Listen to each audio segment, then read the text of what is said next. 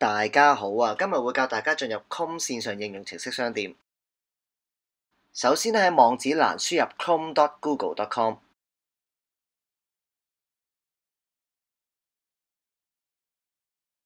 然後點擊線上應用程式商店，跟住咧就可以入到去噶啦。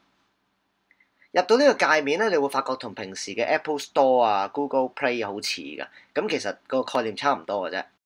而應用程式咧就係一啲網絡為本嘅程式，通常個功能都多啲嘅。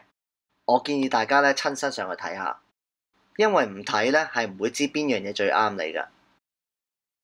咁我呢度就會做一個簡單嘅示範啦。首先喺呢度咧就會搜尋一個應用程式叫做 Screencastify。當你見到 Screencastify 咧，你可以撳入去，